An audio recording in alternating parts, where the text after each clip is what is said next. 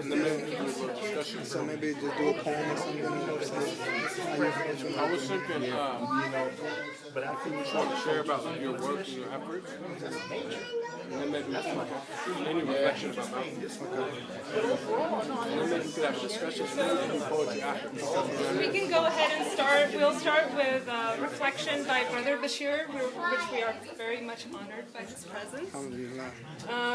So I actually got to know Brother Basheer through Baraka Blue, interestingly enough. That's true. That's true. That's true. So he is an alumni of Morehouse College, a longtime local activist in Cleveland. In 2013, he ran for the Cleveland City Council seat in Ward 7, and recently he's been mobilizing a movement through the Cleveland Renaissance Movement, which aims to secure and enforce the protection of the human rights of all people of color. And so welcome. Assalamu alaikum. First and foremost, alhamdulillah, I'm so thankful to be here. Me and Baraka, we met on tour in the UK. We did a tour together, about 12 cities, right? About 12 city tour in the UK. And myself, Baraka, Imam Siraj, and we traveled around about 12 cities, man, and it was really interesting. We had a lot of good time. You know, you get a chance to meet and know a person when you travel with them, you know. Certain hadiths that you hear, you kind of hear it and you love it because you love it, but you don't really understand it until you kind of go through it.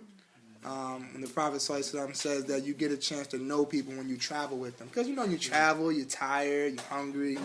You know, you don't really want to deal with people, you know. So how people act during that time, that's how you really get a chance to know them. And this brother is literally one of the coolest brothers I know. He's just so cool, man. You know, he's just cool guy, man. And he actually introduced me to Sister Hala. And alhamdulillah. So I'm originally from Brooklyn, New York, but I grew up here in Cleveland, Ohio, a little bit further from here. And hey, Cleveland. My family moved here from Brooklyn, New York. We lived in the Salvation Army, which was a shelter for women and children.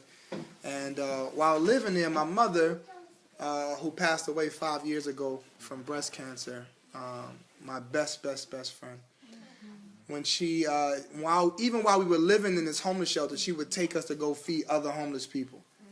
So at a very young age, my mother, her name was Imani, inshallah, you keep her in your du'as, inshallah. She taught me that no matter how bad you think you have it, somebody has it worse than you, no matter your situation, no matter your struggle. So she really implemented those type of things in me at a very, very young age. And that is the reason why I'm involved in the community, locally, nationally, and internationally, the way that I am. It's actually an ode to her because of what she put inside me. I'm a third-generation Muslim. My grandmother, grandfather is Muslim. Mother and father, Muslim. And I'm Muslim. So when I meet my brothers and sisters from the quote-unquote immigrant community, and the adhan goes off, and they're like, brother, do you know what that means? I'm like, yeah, I know what that means, brother. I get it. You know, they say, oh, brother, let me help you make wudu. I said, man, I kind of know how to do this already, man. But, mashallah. You know, what the brother was talking about earlier was so powerful. I graduated from Morehouse College. I did graduate school at Howard University in D.C., and my degree at Morehouse was African Studies. And when he was talking about Malcom, Haj Malik Shabazz, this was so powerful. He said some things that I never heard before, which was so interesting, that without Malcom, there would be no hip-hop. And that's so true, because hip-hop, it formed out of the rebelliousness of Malcolm X. And we all benefit from it. We all benefit from it. We all benefit from what Brother Malcolm did. And I think the problem that we run into, and he said it so eloquently, really, I don't have to say much, that what we have done is we're so separate. And I just thought that Muslims just didn't like black people, man. Can I be honest with y'all tonight? Oh, yes. I know I'm in somebody else's house. Is it okay, sister? Oh, yes. Dr. Muhammad, I'm okay? I know I got the pizza, man. I'm just good. You know, I just want to have a real discussion. You know, remember, African Americans, we are new to Islam. We're new to Islam. That's a good thing, and it's a good thing. It's a good thing. So when I see someone from Philistine and I say Salaam Alaikum, they just keep walking in most cases. You know, or somebody's from I don't mean to say Jordan, from a different country, a Muslim country, they just keep going. Now remember, we're so excited. We're excited because we're Muslim. We just got this beautiful deen, this beautiful blessing. And we're like, man, alhamdulillah, every Muslim we see, we want to say Salaam Alaikum. Salaam Alaikum, sister. You know? And she just keeps walking astaghfirullah, you know what I mean? She just keeps going. And it hurts our feelings because it creates a separation between African American and quote unquote immigrant. I don't like to use immigrant because we're all immigrants. None of us got here. We all came here either by force or by choice. So excuse that lingo. But when you look at the how we react and act towards one another, I didn't quite understand it until I started traveling the world. Last year, alhamdulillah, I had the chance to go to Umrah and was in Mecca, and I see how they treat black people in Mecca. In Mecca. I'm not talking about in Chicago or in Cleveland. I've seen in the holy city of Mecca the racism that exists in Mecca. For those who have been there, you know exactly what I'm talking about. Or when you can go to places all across this globe, and how the darker skinned people are treated. It's really interesting how we treat one another. My brother said it earlier, how some of the biggest, even on the continent of Africa, one of the biggest things that are used is skin whitening cream. So why is this? It's because it's an ideology of superiority and inferiority. And not just superiority complex and the inferiority complex, and not just when it comes to people outside of Islam. Right? In the world of Islam. Muslims, how we treat one another. Oh, brother, you African American, you can't marry my daughter. No way. You're not coming into my family. You know what I'm talking about. You know what I'm talking about. So we understand that racism is real. This is real. This is something that's really going on.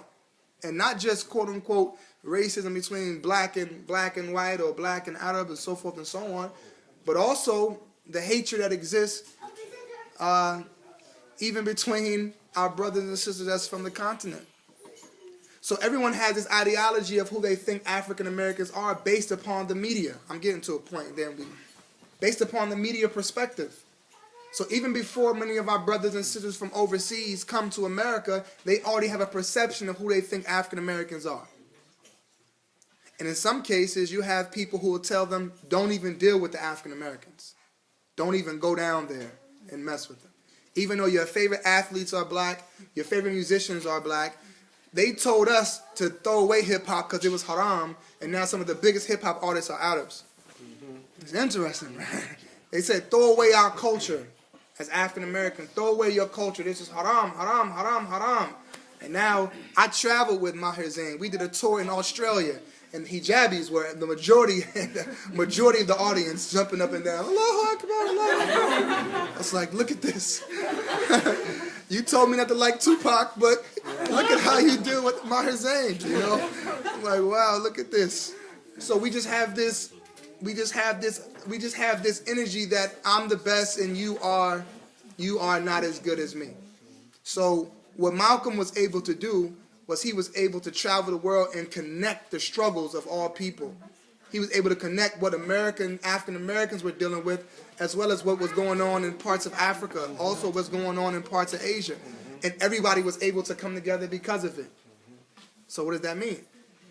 This whole movement of Black Lives Matter, which in reality, to be quite honest with you, when you look at the Black Lives Matter movement, it was a movement that basically began by three people, two of which are from the gay community. So in some cases, you'll find that you have to be careful about movements because they can be co-opted by different groups of people, which in turn is a different agenda that's being pushed. So I ask you the question, as Muslims, and you said it perfectly, that any issues that's going on in our world, it should affect us all.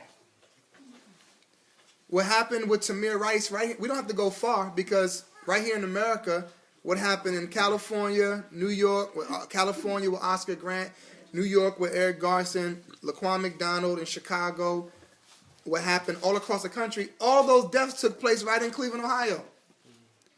Timothy Russell, Melissa Williams, the cops chased them. They shot into the car 137 times. Did you guys know that? 137 times the cops chased them from downtown Cleveland to a part called East Cleveland, and they shot, I know it. Yeah, you can't believe it, can you? 137 times. They shot so much into the car that they thought that the bullets, that the people inside the car were shooting back, but it was really their own bullets ricocheting. You look at what happened with Tanisha Anderson. A cop choked this young lady. She was mentally mentally ill, but the cops choked her and killed her. Tamir Rice, young boy, a BB gun. You know, if you ever want to see a Klan rally, just go to like the Plain Dealers comment sections.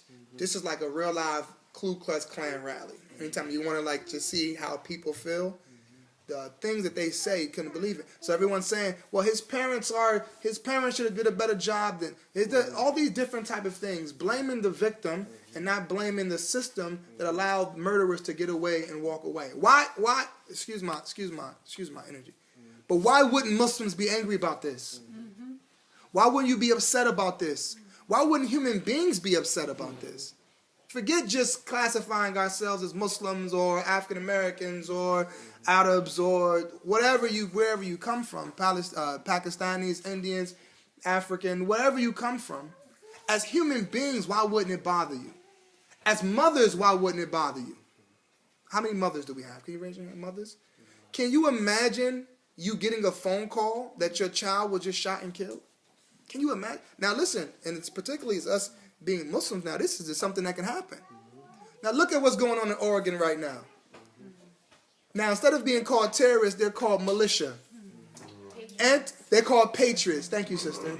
They're called patriots, anti-government patriots, militias who are standing up for what they believe in. Think about this. But now, this is why I love our Muslim sisters. Because you are the face of Islam. You're so amazing.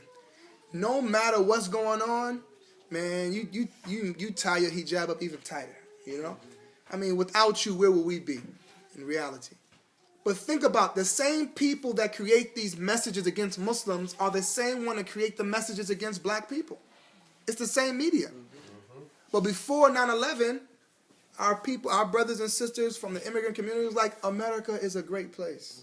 Oh, it's the land of the free, home of the brave. You see the imams, big imams on the stage singing, you know, I pledge allegiance to the flag, you know, this is the greatest place in the world. And we were telling you, no it's not. We know about this place. This place, we know that guy, something about him. And then 9/11 hit, everybody started coming to us. Brothers, please come march with us. Brother, we've been telling you that they'll change on you just like that, man. So now what we're seeing is the same people who are being dehumanized as Muslims and African Americans, that the same media is doing the same thing to both of us. So why wouldn't we make this an international issue? Because it's all tied together. So I think what our brother Baraka said was very powerful. When you think about Malcolm, why was he so powerful? You know, I did a television interview and the guy said, well, you know, remember Dr. King was nonviolent, you know. I said, yeah, he was also assassinated. So why is it that Dr. King and Malcolm suffered the same fate? Because in reality, power has nothing to do with necessarily the message, more so how are you getting people to change how they view themselves? How do you view yourself? And that's what Malcolm was able to do. He was able to teach us how we view ourselves. Islam wasn't a new thing for us here in America, as Brother Baraka talked about, Ahmadiyya movement. I just want to bring it back to Cleveland. First Cleveland Mosque here in Cleveland, Ohio, started by Imam Waj Hali Akram. He was one of the first African Americans to go to Hajj. The organization started sometime in the 1930s. The 1930s, First Cleveland Mosque, Masjid. Anybody ever been to First Cleveland Masjid? Now, not the building, the building has been around for quite a bit, but the institution itself has been around for over 70 years. Imam Hajj Wali Akram came from the Ahmadiyya movement, then left the Ahmadiyya movement, and came into, you know, what you consider Sunni Islam. And I really wish that we would get out of that as well.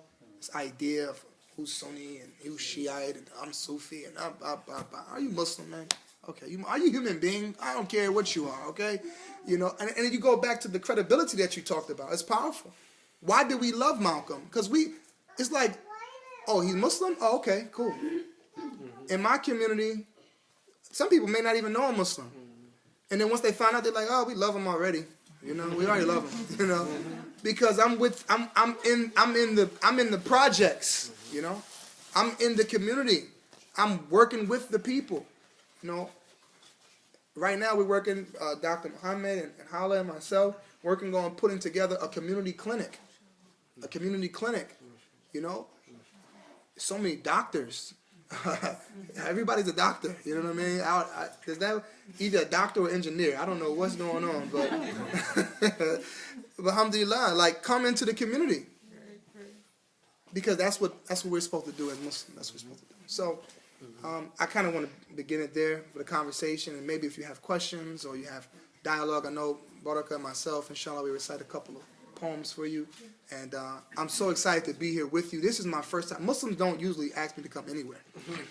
It's usually, I know, you feel bad, don't you? You should. They don't ask me to come anywhere. I had to wait till my brother from California come, but no, I'm joking. But presidential candidates try to meet with him, though. MashaAllah, yeah. Bernie Sanders and all that. Yeah. I got a chance to sit down with Bernie Sanders, man. I like Bernie Sanders. I'm feeling the burn. Bernie Sanders, he's a great guy. I ran Obama's campaign here in Cleveland. I was the regional field director. I ran for city council in Cleveland. I lost by a couple hundred votes. Hillary Clinton's campaign called me. I'm just not really feeling her right now. Obviously. I'm feeling the burn. I like Bernie Sanders. We got to get involved, too, in politics. You know, we've been also tricked in that regard. Muslims don't get involved in, like, you better get involved in politics if you don't have your voice heard. When we look at the Jewish community, I mean, you can't deny their influence in American society because they're involved. When you look at the gay community, same thing, they're involved. So as Muslims, we have to get involved. We can't just, I mean, imagine if they took, I'm gonna end with this right here. There we go. Imagine if Donald Trump made that statement, brother. Can you imagine if all Muslims decided, you know what, we're just leaving the hospital? No, all the doctors just said, because the majority of them Muslim. So if all the doctors just said, you know what, we are walking off the job. Can you imagine what would have happened to American society across this country? Can you imagine if Muslims were to remove, not only American, but Muslims nationally and internationally were to remove their money from American banks? I mean, it would be shut down just like that. During 9/11, no more oil? Can you imagine? It would be messed up. We need some Teslas. In 9/11, George Bush, he personally flew out the Bin Ladens from America. He personally flew them out. So it's bigger than how you're seeing it. It's a bigger game that's going on, and sometimes we just don't quite understand it. But it's important for us to have these dialogues. I believe this is a beautiful dialogue, and I'm thankful. I'm thankful to be a part of it. Thank you. Can we just do a quick thing here? Inshallah, next week, Friday, Brother Basheer again will be at Mace. And so Hal and I will develop a flyer and we'll pass that around. So please, this is an opportunity now. Devastation upon devastation. I spoke to one of my friends and she said, Ruby, this is a galvanizing time for the community. So we really need to seize this, and so inshallah you'll be there, and we'll pass that information on. Inshallah, I look forward to it. Please. 7:30. There's a potluck supper, and so please invite your friends. Please invite even people outside of the Muslim community. This is a larger issue, like. And bring your young sons, bring your young people. I want to talk to them, because when Brother Baraka talked about hip hop. They may not know the hadiths, but they know Gucci Man and Future, and they know them. They know Nicki Minaj, and they know them. It's sad. It's sad. You know, I don't want my children listening to music. It's haram. Some music is haram. I now understand why they say some music is haram. But they are engaged and they are involved and they know this stuff. So what he said was so powerful because, you know, when some Muslims left the deen, but they hear, you know, 2 Chainz say Assalamu alaikum, they get excited. You know, they excited about it. They hear Nicki Minaj say Assalamu alaikum, don't eat bacon, some crap. You know, then they get excited about it. You know, they're excited about it. You know, so we have to tie that. And you made a good point about because they can't tell us to go home. You can't tell me to go back to my country. I mean, I don't even understand how they can even make that statement. Go back to your country. It's like, this is not your country either. This is the Native Americans' country. This belongs to them. But now we call them Mexican aliens. It's deep. The media is very powerful how it can control your mind. Repetition is the key. They tell you something over and over again, and you begin to believe it. Now we're calling them the Mexicans. We're calling them aliens. When their ancestors are the one that controlled this was their country. We don't want to accept Syrian refugees. But the first pilgrims were refugees. Yeah, and they were rich white refugees. Exactly. Who had enough money to come over. There we go. You got it. I'm going to give you the microphone. You know Like, there are all these stories about, these poor people that were kicked out of their homeland. No, they just didn't like that their king was getting divorced, so they left. Exactly. They came here and took it over. I was just driving through Buffalo. I was going to Toronto for, there's a big conference in Toronto, and I was driving through it. And then there's a part that says, like, you know, this is, I forget what it's called, but, like, this is basically Indian land that you're about to go through, you know? I'm like, look at how terrible that is.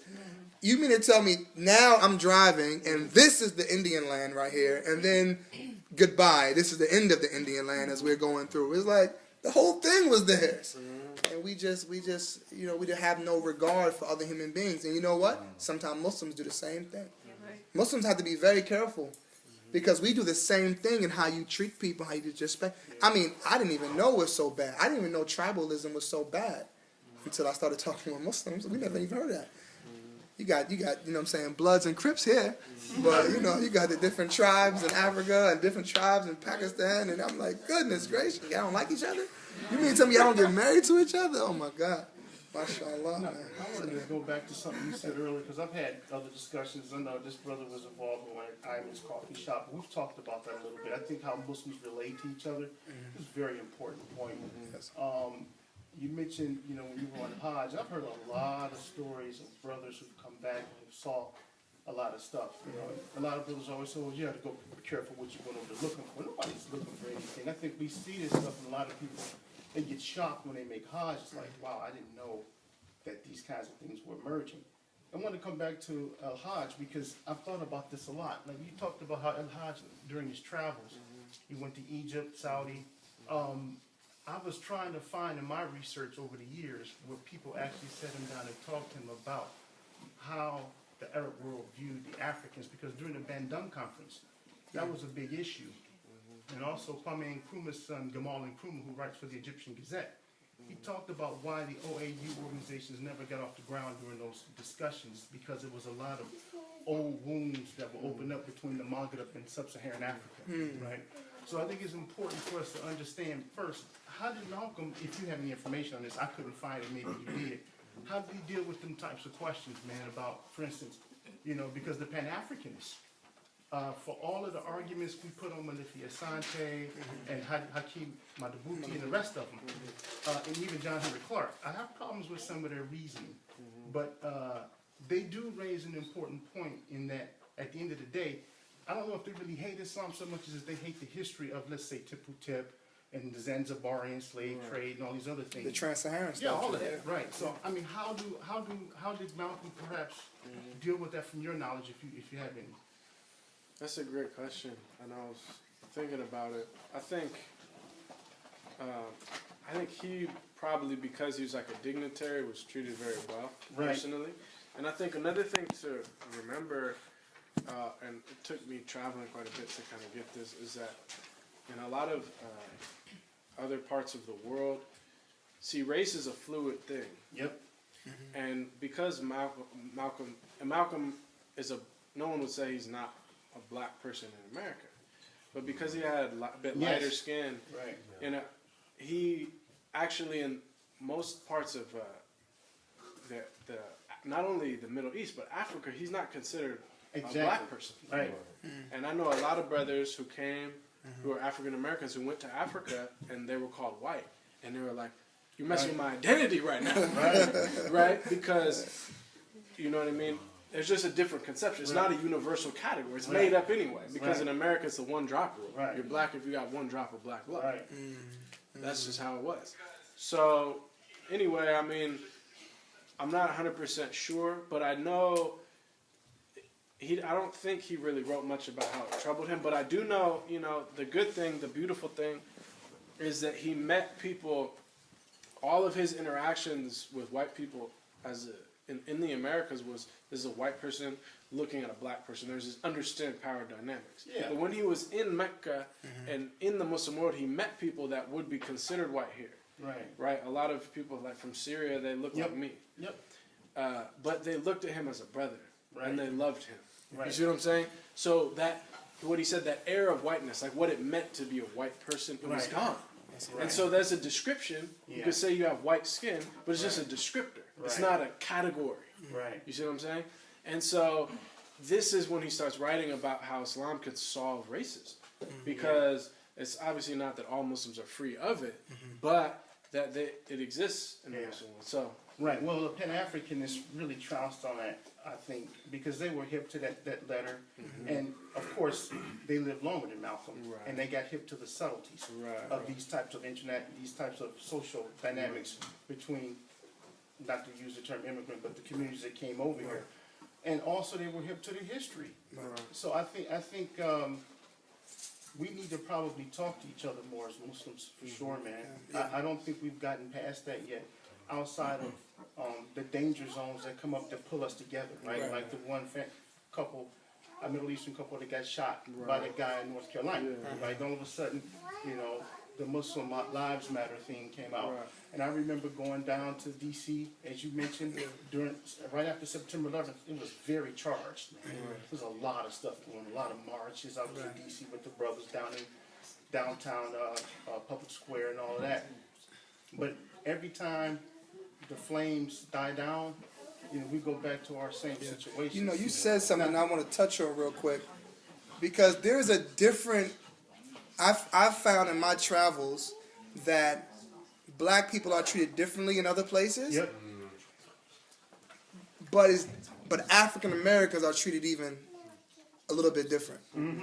I was just in Dubai, and when somebody when they looked at me, they thought I was Somali. Right. But then, as I began to speak, they could tell I was American. It changed, brother. Right. How they treated me changed. Right. Because I never received the rights of an American until I left America. Yep. Like, if you want to know, like, how if it feels good to be an American, leave America. But bear in mind, you know, a lot Because that blue passport, what America has done to the world, America has done something to the world which is really deep, man. How they love this American man. And our brother, Amir Suleiman, he's doing something right now. Well, he just got back from Iran. And he's doing a documentary on poetry and its impact across the world. And he was saying how when he got to Iran, the people of Iran connected with him differently as an African American than they would as let's say, a white American. Right. Because, like, really, when you see people getting snatched up overseas, I mean, you never seen somebody like black get snatched up, you know what I mean? Because they view America as a white place. That's right. And they connect with the struggles of the oppressed people of that place, which is, you know what I'm saying, which is considered to be African American. Something you said too, because you talked about. Oh, I'm sorry. Go ahead. You said something about how after we let everything go up in flames, everything will just settle down at the end, and it's part of the media. We let things get so huge and so big, and they're immediately settled down because we decide that, well, we've moved past it, and our attention spans are like a peanut. Right. And I think that, and you were talking earlier about how after 9/11, the whole American mindset shifted about Muslim people, and before that it was about Russian people, and before that it was about North German Koreans people, and and before German, that it was about black people, before that it was about Native Americans, and it's always changing, and we're always finding somebody new to hate. Right. And if you're looking for somebody to hate, you have to stop, because that's all that we're ever doing, and that's what needs to stop. I agree. I agree. Absolutely. I agree. I agree. There's nothing to say after that one. That's good. Yeah. Well, first of all, that was really powerful. What you just said. But yeah, I was sitting there. Sorry. Did you know that that's that's exactly what African American GIs said in World War II? In Europe. Yes, yes. They said that now we feel American. Like Yeah. we're not treated as Americans back home. Yeah. But in Europe, they felt like real human beings. I Yeah. think that's what ignited the civil rights movement when they went back home. Yeah, man, you're I right. just wanted to- Vietnam War. You know, they even if you find many of the artists of the 60s and the 70s, many of them didn't really become quote unquote really big until they left. They went to places like Europe. Nina Simone, Jimi Hendrix. You find that they really grew to another level of stardom when they went to Europe, and they found. You know, I was in Australia, and I didn't feel racism in Australia. And one young lady, she said, you know, America, you guys are so black and white. Everything is black and white here in America, you know. But across in other places, that's not the case.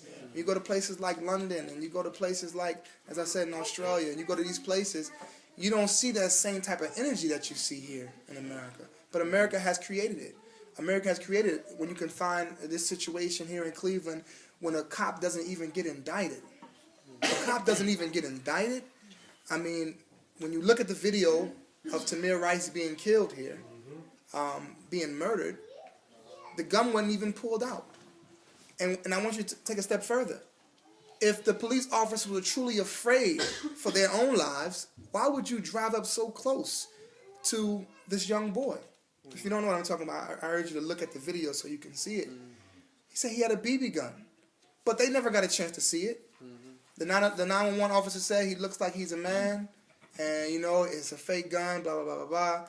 But here in Ohio, you know that there's an open carry. It's an open carry state. So even if he was a grown man with a gun that was seen, that still wouldn't have posed a problem. In Akron, here, not too far from here in Akron, there was a guy walking around with an assault rifle. Did you see that?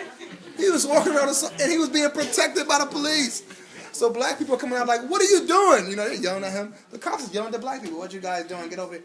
It's like, it's just such a, this society, man, is just like double standard. Sorry. To reinforce, I'm sorry. No, she's the boss, so I'm just. No, please. I was just going to talk about the Tamir Rice because I was thinking about that today and all the way back to Trayvon Martin when I was in high school. I remember, you know, getting into debates with kids and sometimes even playing devil's advocate with myself. Well, maybe Trayvon was a threat. Maybe George Zimmerman was scared. You know, and again I would keep playing devil's advocate with myself that maybe, you know. But then it just doesn't make sense. This kid was 13 years old. You can't play devil's advocate with that type of stuff. Thank you. Thank you. You know, it doesn't make sense that a 13-year-old thing, it doesn't add up at all. And I think this is the breaking point. It should be. For me as a human being. And as a human being, it should be. Yeah. And when you look at human justice, I mean, Islam has always stood for human justice, man. Yeah. And you said it perfectly. It's not just a Muslim issue or a Christian. Like, you know, the Prophet ﷺ, he even cared for animals. Even the animals were saved, received his mercy. He said the Prophet ﷺ was a mercy for all of creation. Even with ants. Even the ants, even the trees. He hugged the tree. He was the first tree. He was a tree hugger. You know what I'm saying? He was a tree hugger. He pushed animal rights before it was cool, you know. Dr. Sherman Jackson was speaking about how Islam was always about freedom. You know, we've gotten into this idea that if you're not Muslim, then you can't be around me. Like, Muslim societies didn't thrive because of that. Muslim societies, they thrived on allowing people to be who they wanted to be. According to what you believe. If you're a Christian, then according to the Muslim leaders would allow them to judge themselves based upon what they believe. I mean, you remember the story when Umar radiallahu anhu came to a plot in the Christian, they wanted him to pray in the church. He said, no, I'm not going to pray here because if I do, those who come after me will turn into the masjid. So he went outside and prayed. He went outside and prayed. And you know the spot that he prayed in outside? They turned that into a masjid. He knew how his people were. So we have to allow people to be themselves, whatever that means. And that doesn't take away from you being Muslim. If a woman wants to do this and do that, I mean, in reality, it said that Allah loved Umar even when he was bowing down to the idols. Because Allah knew his state of where he would be. Where we are, it's a very scary hadith that says, you know, that there will be people who will come a handspan from death. And they will be the people of paradise, and then they will become the people of hell. Or people who were the people of hell, and they will become the people of paradise. How do we know? How do you know? Did you get a Facebook message from Allah like, you good? You know what I mean? You good. Nah, man, we all are constantly striving, or at least should be. I mean, I have issues with making my prayer on time, man. Why do I care if you're pant legs or you don't have your hijab? Listen, may Allah bless you. May He guide you. May He strengthen you. May He protect us all. You know what I mean? And may we all, in the words of Malcom, he will always end his speech saying, may we meet again in the knowledge and the light of understanding. Yes, very important. Yes, assalamu alaikum. Wa alaikum salam. The Tamir Rice video, I looked at that maybe 50 times. You know, when I was younger, I used to be a security officer. You know, I was trained, I did bodyguard work, I talked to military experts, all regarding that one issue. And as you stated, Ohio is an open carry state, so literally right now you could all just strap a pistol on your hip. And legally, no one can say or do anything about it as long as you're not brandishing, which means pulling your firearm and pointing at someone. Now the issue with that, you never roll up on somebody knowing, oh, this person has a firearm. If you stop, you got a speaker, you got a loud horn, you know, he had no chance to react. And if you thought he was 20, yes. Legally, he can have a firearm. Maybe he has a concealed carry permit. You never know. If you think he's 20, maybe he's 21. That was murder. 1,000 times over, that was murder. And sisters, they're coming for your children too. Our kids, astaghfirullah. I hope it never comes to that. But I mean, this is a little boy. He'll never have. He'll never have a family. He won't have these things. And what we take from our media, we have to filter. Because, I mean, I listened to your radio program regarding where this subject came up. I mean, there was some, I won't call him belligerent because he didn't use any profanity. But there was a gentleman that came on, I use that term loosely. Gentleman, yes. Who was up the thought, well, this kid must have did something horribly wrong. I mean, and I'm thinking, this idiot didn't look at the video. Didn't even look at the video, right? The child,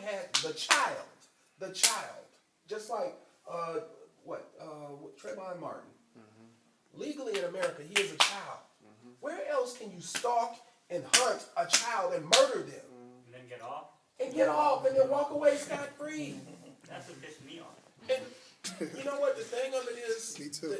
The evils that we're facing. Let's just be real. We can say it's shaitan.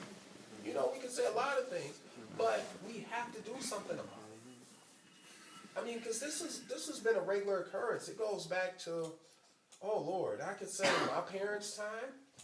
I could say my grandparents' time. You know, just so happen we have video cameras now, so we can see the evil. Don't take my word for it. Look it up. It's in the archives. Cleveland Heights, they used to murder people regularly. Such and such hung themselves. People who don't even wear belts. Mysteriously, a belt appears in a cell, and they hang themselves with it. And whereas, on the day of judgment, I really don't. I got a lot of stuff on me. I don't want that on me. How come you didn't say anything about this? How come you didn't do anything about it? I mean, we have to prevent the next Tamir Rice. We do. I mean, I wouldn't even. I'm sorry, go ahead. What if we are, some of us are younger, what if we're in high school or perhaps just starting college and we feel like this is so much bigger than us? What are some more practical steps that we can take to make ourselves more aware, to get involved in a way that doesn't seem overwhelming? Perfect. Practice random acts kind of. Make sure that everybody feels that it's okay and that things can still be okay. Because I personally think that the reason that so many atrocities and evils are portrayed everywhere is because we let them.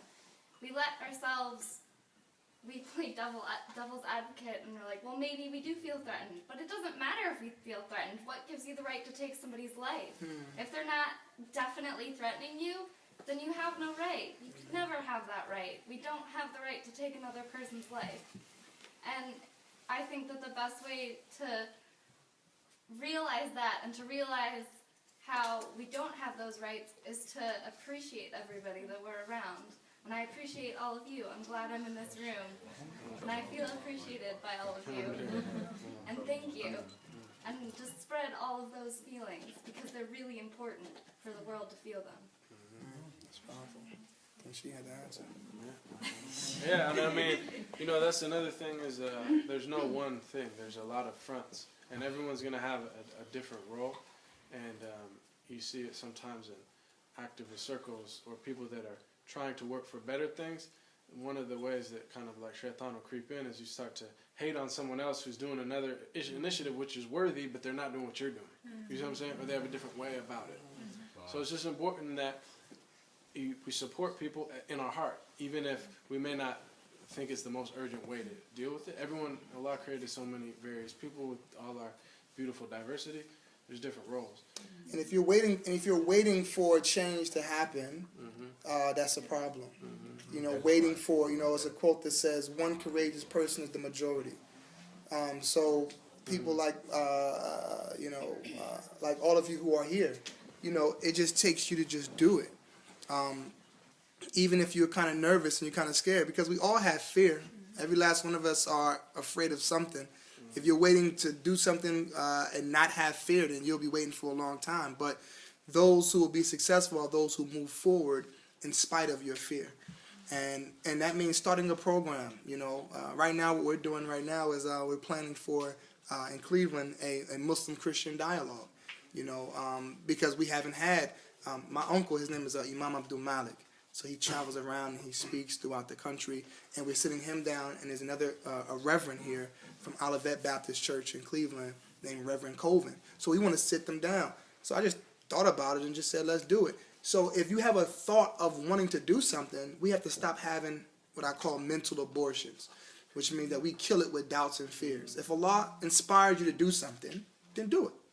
Because He already gave you the tools to do it. But if you are allowing the doubt and fears to stop you, then it will never be done. And not only will it never be done by you, it will never be done in the history of mankind. Because only you are inspired to do that certain thing. Just like you and I are unique in our fingerprints. Nobody else before or after you will have the fingerprint that you have. So when the Creator inspires you to do something, go after it. Even if you're like, I don't know how I'm going to do it. It's okay.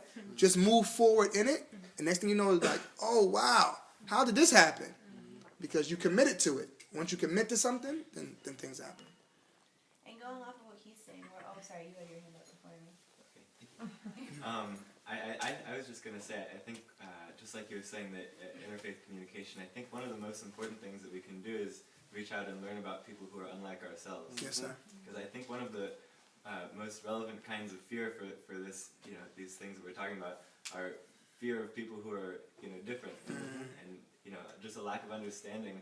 Like if I don't understand somebody from another culture, I'll have some natural tendency to be afraid of them, even if I don't have any reason, even if they haven't done anything negative towards me. If I don't know anything about them, then there will be some sort of fear of an unknown. And I think that kind of fear and that kind of lack of understanding is a big part of what has led to all these all these murders and all this division in our culture. I mean, what was his name? George Zimmerman. George Zimmerman. If he had a lot of black friends, if he was going out in the That's a good point. community, That's a good point. his whole perception would have been changed. And I hope that most of us will never be in any situation that nearly that extreme. But I think on a much smaller, everyday kind of level, it really matters. And especially like you were saying, when you went to Mecca, and there are these people that were not treating you like a Muslim, they were treating you like a black man, and because they don't know very much about black men. Right. They're afraid of you and they treat you different. Yeah. So I think really one of the most important things that we can do is learn about other people and go out of our way to learn about Muslims and Christians and Hindus and Buddhists and Asians and Africans. Let America be a melting That's, pot. that's That's what I'm what it's talking about. supposed to be. Exactly. That was powerful, man. That's perfect. That's perfect. Thank Amanda you. was gonna say. So you're big in politics. Do you know, is there any way we could actually do something about the officer that killed Tamir Rice? Is there has, you think Yeah. there's, I mean, Yeah. any hope? Oh, of course. He can't just be walking around. It's always fun. So I did a big press conference the other day. I don't know if you guys watch TV. I know Muslims don't watch TV, but so I did a big press conference. My group is partnered with NAACP and a few other organizations, so we created the Cleveland Coalition. And a few demands that we have made. Number one, we want the community to vote no against Tim McGinty. His election is coming up in March, actually. This March, his election is coming up. So it's perfect timing. Also, we're calling on the transcripts from the grand jury. We want to know how did they come up with what they came up with, you know. Because you know this is unprecedented what Tim McGinty did, Prosecutor McGinty did. He got an outside investigator to look at the case and then said that, you know, that he didn't see how the police officers should be indicted. But this was even before the grand jury was chosen. Like, this usually doesn't happen. So it's and for the reason, because it can sway the grand jury. So we want the transcripts from that. As well as there is an issue between the city of Cleveland and the Cleveland Police Department's contract. They have a contract where even if these guys murder people, they can get right back on the case. So there's one stipulation where, as you all know about the consent decree. I don't know if you're familiar with the consent decree, where the federal department, the Department of Justice has gotten involved with the Cleveland Police Department because of discrepancies. And the consent decree says that these type of cases must stay on an officer's file for 10 years. Well, the Cleveland Police Department's contract said it only has to stay on there for 2 years. So the recent situation that took place with 137 shots, basically that happened over 2 years ago. That's basically wiped off the record from the police officer. So those are three things. So what we're doing right now, as I said on all the stations, that there will be civil disobedience. So if you're going to be going downtown, you're going to be on any highways anytime soon, be prepared for some. Yeah. There's more to come, brother. There's more to come. So there will be much civil disobedience here in Cleveland that you'll be seeing. That's number one. Number two, we found another candidate to run against Tim McGinty. And this candidate is actually an independent. Matter of fact, she actually is a Republican, but she voted independent last election, so she can run as an independent. So she's running as an independent. She's a black woman, and I'm not gonna tell you too much yet, but she will have support from the Republicans and the Democrats. It's going to be unprecedented. It's going to be like really big news internationally. So to answer your question, we have another candidate that we're putting against Tim McGinty, and I'm going to be her campaign manager, actually. Yeah. Are there any rallies coming up? Oh yeah, for sure. Yeah, for sure. Yeah.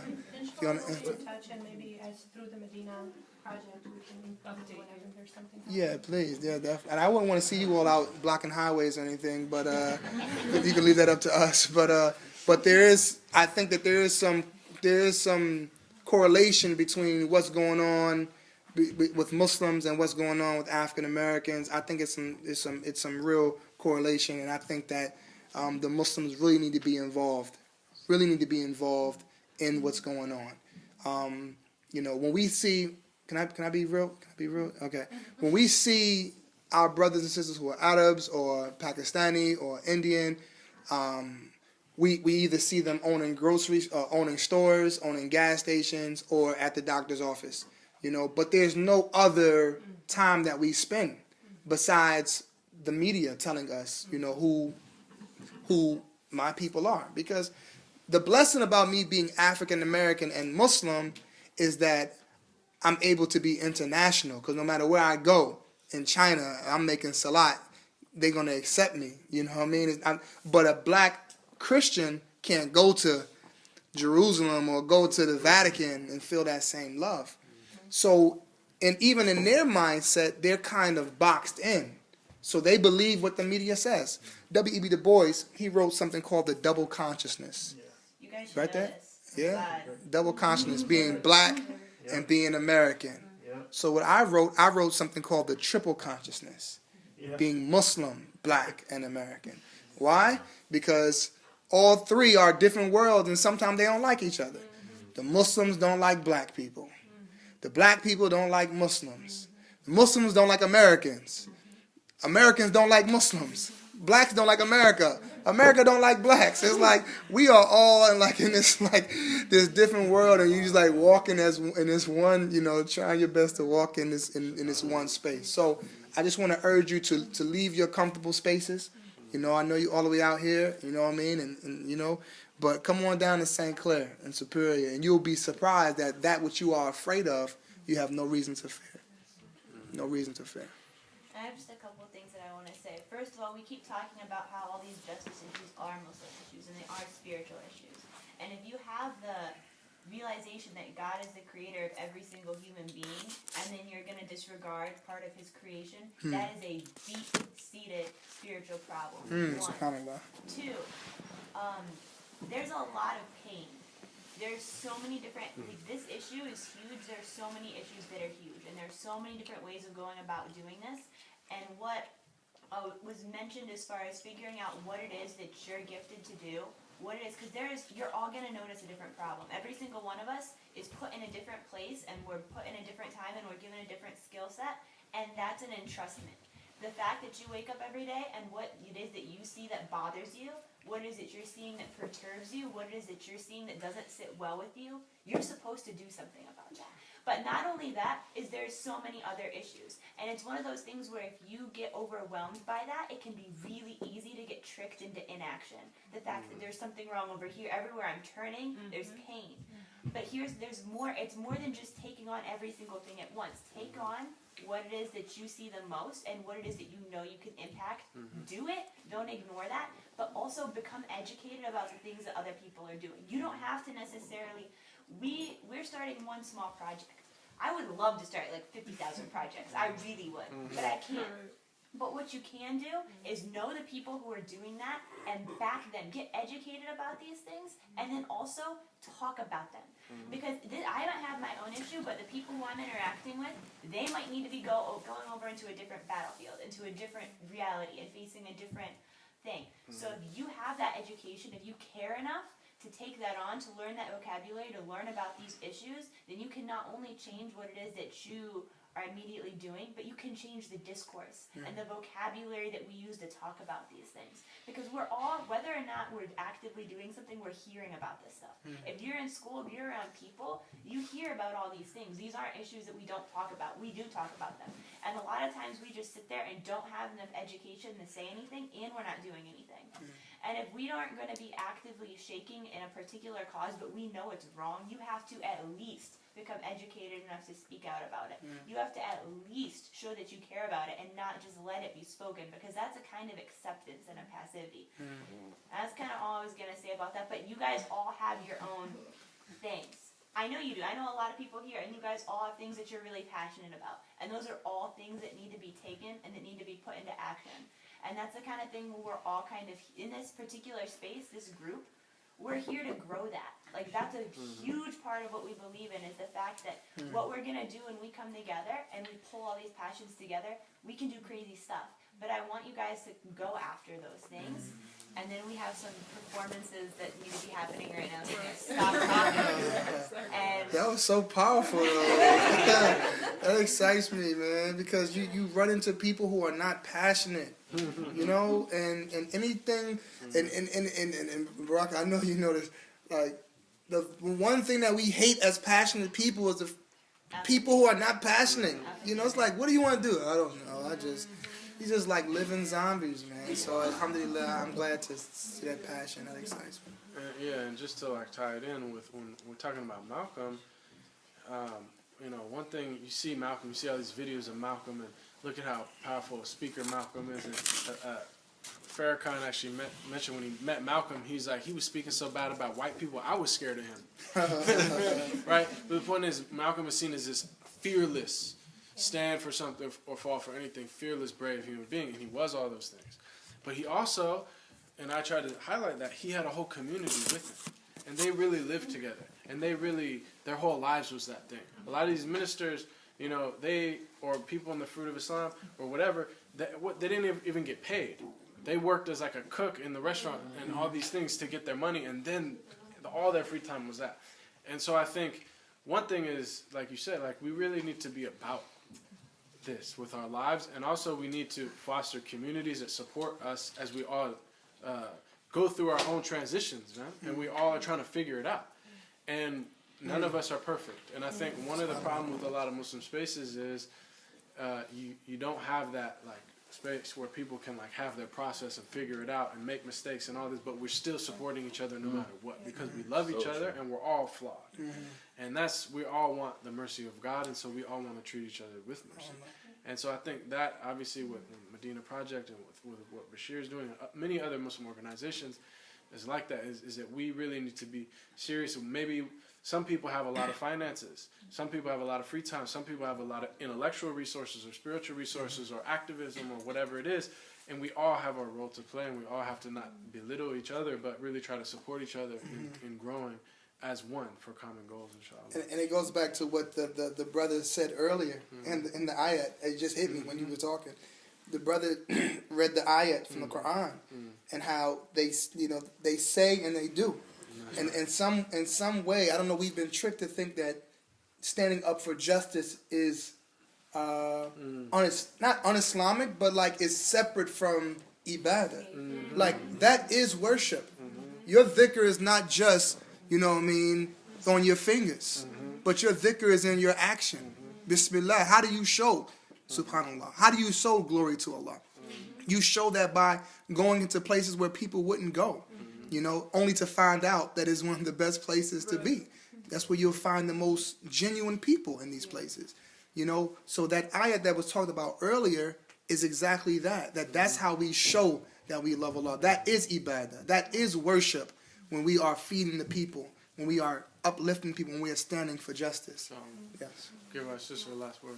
Thank you. So I think when you're talking about the community aspect, and I know there's a lot of times that I mean, I'm certainly guilty of this, and I hear a lot of people talk about how they don't really feel like they can do something, or they're trying to educate themselves, but they don't feel educated enough to speak. And I think in every little way, giving people the support. I mean, it can even be as simple as physically standing behind somebody, even if you don't know what to say. And I remember seeing this TED Talk. It was like a university version of the TED Talk. It wasn't one that you can find on the internet, unfortunately, I don't think. But it was looking at how movements get started. And there was this video of this guy doing some weird dance on this hill, and a bunch of people came, and the whole point of the video was that the only difference between what society sees as a nut job and a leader is who's following them. And I think that you're talking about the community, like I think even if you don't know exactly what your direct path is going to be, the greatest thing you can do in the meantime is to support the other people you see and not just go, oh, that's nice, but do something, even if it's just a little bit, to put yourself behind them. That's perfect. For sure. That's perfect ending. We'll recite a few pieces. Okay. Yeah, actually, last one comment. In April 30th, while I was in Chicago, they're running a project, all Muslims around across America. They're gonna go and help serve